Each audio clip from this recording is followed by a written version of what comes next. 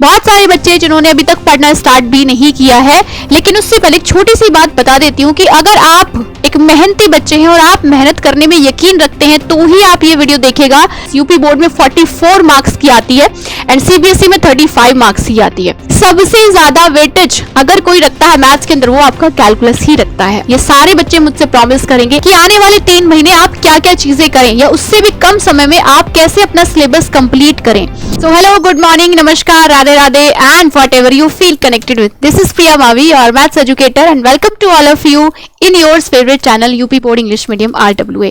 बेटा, जैसे कि आप मेरे पीछे थंबनेल पर देख ही पा रहे होंगे कि हम यहाँ पर डिस्कस करने वाले हैं कि आपका अगले 3 महीने आप कैसे पढ़ें, कैसे आप आने वाले अगले 3 महीने अपने सिलेबस को कंप्लीट कर सकते हैं। हालांकि मैं यहाँ पर बात करने वाली हूँ प्रॉपर कि आने वाले 3 महीने आप क्या क्या चीजें करें या उससे भी कम समय में आप कैसे अपना सिलेबस कंप्लीट करें। बहुत सारे बच्चे जिन्होंने अभी तक पढ़ना स्टार्ट भी नहीं किया है, लेकिन उससे पहले एक छोटी सी बात बता देती हूँ कि अगर आप एक मेहनती बच्चे हैं और आप मेहनत करने में यकीन रखते हैं तो ही आप ये वीडियो देखेगा, वरना आप ये वीडियो बेटा स्किप करके बिल्कुल अभी के अभी जा सकते हैं। अगर आप मेहनत करने के लिए तैयार हैं तभी आप इस वीडियो पर क्लिक करिएगा, ठीक है। तो चलिए बात करते हैं कि नवंबर से आप कैसे पढ़ाई करके फरवरी तक बन सकते हैं टॉपर या फिर अपने मार्क्स को और कर सकते हैं बूस्ट। जो बच्चे ऑलरेडी स्टार्टिंग से पढ़ते हैं उनके लिए तो कोई इशू ऐसा आता नहीं है ना। और जो बच्चे स्टार्टिंग से पढ़ते आ रहे हैं लेकिन उनको भी एक और तैयारी को बेहतर मोड़ देना पड़ता है अपना जब एग्जाम पास आ जाते हैं, ताकि वो और अच्छा स्कोर कर पाए, और अच्छा कॉन्फिडेंट फील कर पाए, और अच्छे से क्वेश्चंस को सॉल्व कर पाए।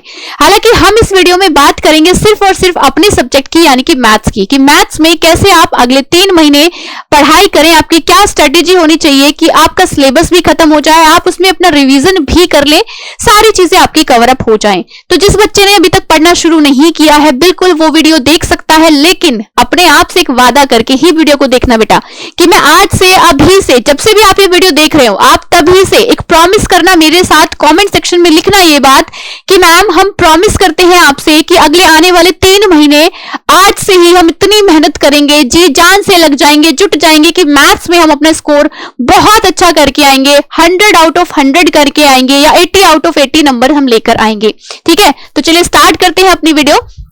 सबसे पहले जब हम सिलेबस की बात करते हैं तो बेटा सिलेबस अपने आप में काफी बड़ा सिलेबस है। तो मैंने बहुत सारी चीजें डिवाइड की है, जैसे जैसे आपके यूनिट्स डिवाइडेड है वैसे ही हमने यहाँ पर डिवाइड किया है कि किस चैप्टर को आपको कितने दिन देना है। आराम से वो इतने दिन में कंप्लीट हो सकता है, क्योंकि थोड़ा बहुत तो आपने पहले भी पढ़ा ही होगा, ऐसा नहीं है कि आप फर्स्ट टाइम ही पढ़ रहे हो, ठीक है। फर्स्ट टाइम आप लर्नर नहीं है। तो सबसे पहली चीज जो हमारे दिमाग में होनी चाहिए, किसी भी जंग को जीतने के लिए एक सिपाही के पास क्या होता है बेटा, एक प्रॉपर प्लान होता है, स्ट्रैटेजी होती है। कोई भी चीज जब आप करना स्टार्ट करते हैं तो उससे पहले आप प्लान बनाते हैं। हालांकि किसी के साथ अगर आप कुछ भी चीज सोचो, आप प्लान बनाओगे पहले तभी तो उस चीज को एग्जीक्यूट कर पाओगे। तो आपके पास एक प्रॉपर प्लान होना चाहिए अगले 3 महीने का कि हमें करना क्या है, कैसे करना है, कौन से हमारे वीक पॉइंट्स है, किन पर हमें काम करना है। तो बेटा सबसे पहले बनाना है आपको एक प्रॉपर प्लान। उसके बाद हम बात करेंगे सेट योर डेली टारगेट्स। आपको हर दिन अपने छोटे छोटे टारगेट्स बनाने हैं कि हमें हर दिन क्या करना है। आपने एक बात बहुत सुनी होगी कि आपके छोटे छोटे स्मॉल स्टेप्स एक दिन आपको बहुत बड़ी ऊंचाइयों तक ले जाते हैं। तो हर दिन कोशिश करना बहुत जरूरी होता है अगर आपको अच्छा रिजल्ट चाहिए तो डेली छोटे छोटे अपने टारगेट्स बनाइए। ऐसा नहीं कि आप एक ही दिन में बहुत अच्छा सा कर लेंगे या बहुत ज्यादा पढ़ लेंगे, तो उससे ऐसा भी नहीं हो पाता है। हम रियलिस्टिक चीजों पे बात करेंगे कि रोज छोटे छोटे ऐसे गोल बनाइए जिनको आप पूरा कर सकें और धीरे धीरे आप अपनी चीजों को, अपनी लिमिट्स को फिर बढ़ा सकते हैं। तो सेट योर गोल्स डेली, ठीक है। चलिए फिर हम बात करते हैं कि हमारे पास मैथ्स में कौन कौन सी यूनिट्स है बेटा। तो मैं बात करूं, मैथ्स को हमारा 6 यूनिट्स में डिवाइड किया गया। अब हम दोनों बच्चों को यहाँ पे बात कर रहे हैं, चाहे वो यूपी बोर्ड का बच्चा हो चाहे बेटा वो सीबीएसई का बच्चा हो। आपको सबसे पहले जब आप प्लान बनाते हो तो आपको पता होना चाहिए कि एक्चुअल में कौन सा चैप्टर कितना वेटेज रखता है पेपर के अंदर, है ना, कि किस चैप्टर से कितने ज्यादा मार्क्स का हमें मिलने वाला है। तो सबसे पहले फोकस आप अपने वीक पॉइंट पर करेंगे। जैसे कि मेरा ये वाला चैप्टर वीक है, मुझे इसमें चीजें बहुत कम समझ में आती है। हाँ, चैप्टर नंबर 3 मेरा बहुत स्ट्रांग है, तो आपका जो चैप्टर स्ट्रांग है आप उसको बाद में बिल्कुल कर सकते हैं। पहले अपना वीकेस्ट पार्ट आपको उठाना है कि भाई इसमें मैं बहुत कंफ्यूज होता हूं, तो पहले हमें इसे सॉल्व करना है। लेकिन अपना टाइम डिसाइड कर लीजिए कि मुझे इस चैप्टर को इतने ही दिन देने, मतलब इतने ही दिन देने। अब हमारे पास ऑप्शन नहीं है, आपने ही पीछे नहीं पढ़ाई की थी तो अब इतना तो बनता ही है भाई। तो सबसे पहले बात करते हैं रिलेशन एंड फंक्शन। बेटा ये आपका यूपी बोर्ड में 10 मार्क्स का आता है। ये यूनिट की बात कर रही हूँ, यूनिट यानी कि फर्स्ट यूनिट में आपके 2 चैप्टर्स इंक्लूड होते हैं, chapter number 1 relation and function, chapter number 2 ITF। तो दोनों को मिलाकर एग्जाम में जो आपको मिलता है बेटा वो 10 मार्क्स का मिलता है टोटल। वहीं पे मैं बात करूं CBSE की तो वहां पर आपको कंप्लीटली 8 मार्क्स का मिलता है दोनों चैप्टर से। बात करें अलजेब्रा में आपके 2 चैप्टर फिर आ जाते हैं, chapter number 3 and chapter number 4 matrix and determinants. अगर बात करें तो यूपी बोर्ड में बेटा 15 मार्क्स का आता है एंड CBSE में 10 मार्क्स का आपको मिलता है, ये 2 chapter. Second unit, third unit की बात करें तो थर्ड यूनिट कंप्लीटली डेडिकेटेड है आपकी कैलकुलस को, एंड कैलकुलस अपने आप में एक बहुत बड़ा पार्ट है और ये वो पार्ट है जिस बच्चे की इस पर पकड़ बन गई ना वो बहुत अच्छे मार्क्स ले जाएगा, क्योंकि बेटा सबसे ज्यादा वेटेज अगर कोई रखता है मैथ्स के अंदर वो आपका कैलकुलस ही रखता है। एंड कैलकुलस यूपी बोर्ड में 44 मार्क्स की आती है एंड CBSE में 35 मार्क्स की आती है। ठीक है, तो कैलकुलस के अंदर आपके 5 टोटल चैप्टर्स आ जाते हैं। हम बात करें chapter number 5, chapter number 6, chapter number 7, 8, 9, ये पांचों चैप्टर आपके कैलकुलस में आते हैं बेटा। एंड सच में जिस बच्चे ने कैलकुलस पे पकड़ बना ली ना भाई, पेपर में आधे से ज्यादा काम खत्म उसका।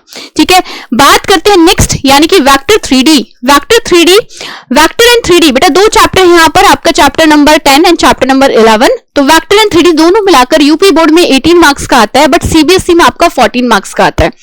बात करें LPP जो कि सबसे आसान चैप्टर है एंड आप इस चैप्टर को एग्जाम टाइम पर भी बिल्कुल कर सकते हैं क्योंकि बहुत छोटा सा चैप्टर है, 2 ही टाइप के क्वेश्चंस यहां से बनते हैं। एंड LPP आपका चाहे यूपी बोर्ड हो चाहे CBSE बोर्ड हो, दोनों में ही 5 मार्क्स का एक क्वेश्चन कंफर्म होता है लॉन्ग में।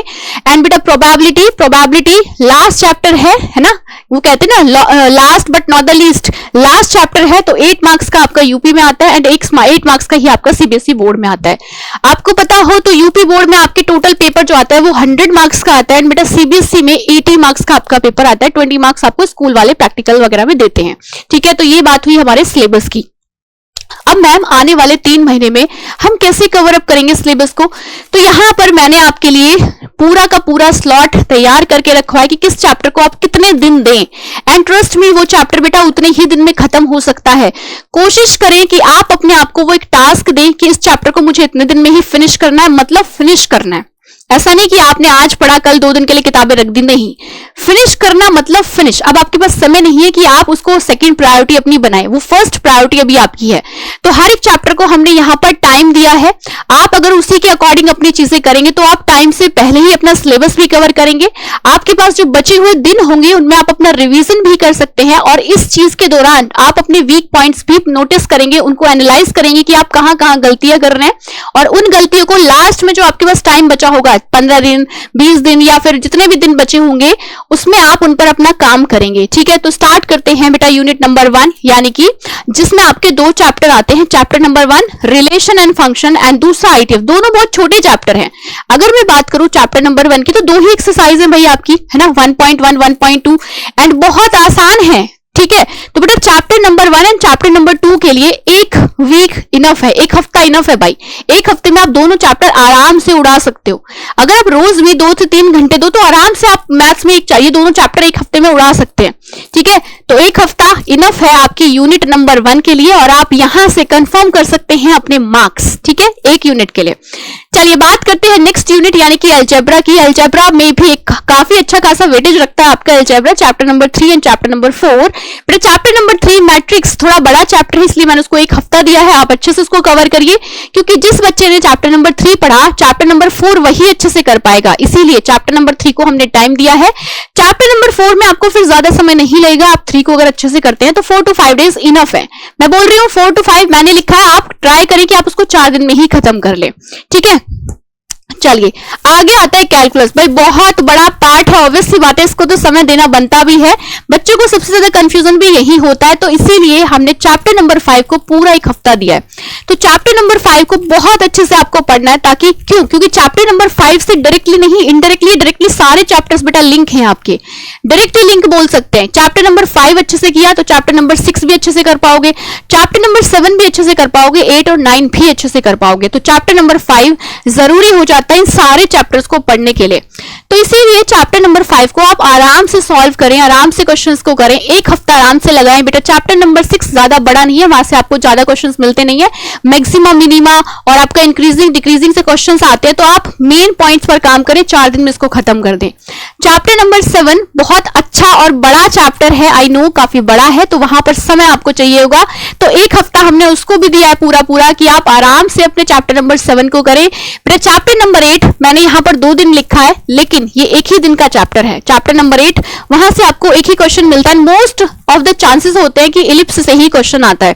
तो आप चैप्टर नंबर 8 को एक दिन में भी खत्म कर सकते हैं। मैंने 2 दिन लिख दिया है, लेकिन ऐसा कुछ नहीं है कि मैंने लिखा पत्थर की लकीर हो गई। आप कोशिश करें कि आप उससे कम समय में भी उस चैप्टर को खत्म कर पाए। ज्यादा से ज्यादा एक ही हफ्ता देना है, लेकिन कम से कम आपके ऊपर डिपेंड है, आप कम से कम टाइम में भी खत्म कर सकते हो। तो 2 दिन लिखा, आप एक दिन में खत्म करोगे, एक दिन एक्स्ट्रा होगा उसको किसी और चैप्टर को दे देना, ठीक है। चैप्टर नंबर 9 बेटा 3 डेज लिखा है, बहुत प्यारा चैप्टर है, बहुत आसान चैप्टर है चैप्टर नंबर 9। आप इसको आराम से 3 दिन में खत्म कर सकते हो, फिनिश कर सकते हो, ठीक है। तो यहां तक आपकी कैलकुलस खत्म हो गई। जो बच्चा आराम से इनको कर लेगा ना, आप सोचो 44 मार्क्स एंड 35 मार्क्स आप अपने कंफर्म कर रहे हो सिर्फ एक कैलकुलस से, ठीक है। चलो आगे बात करते हैं वेक्टर एंड 3D।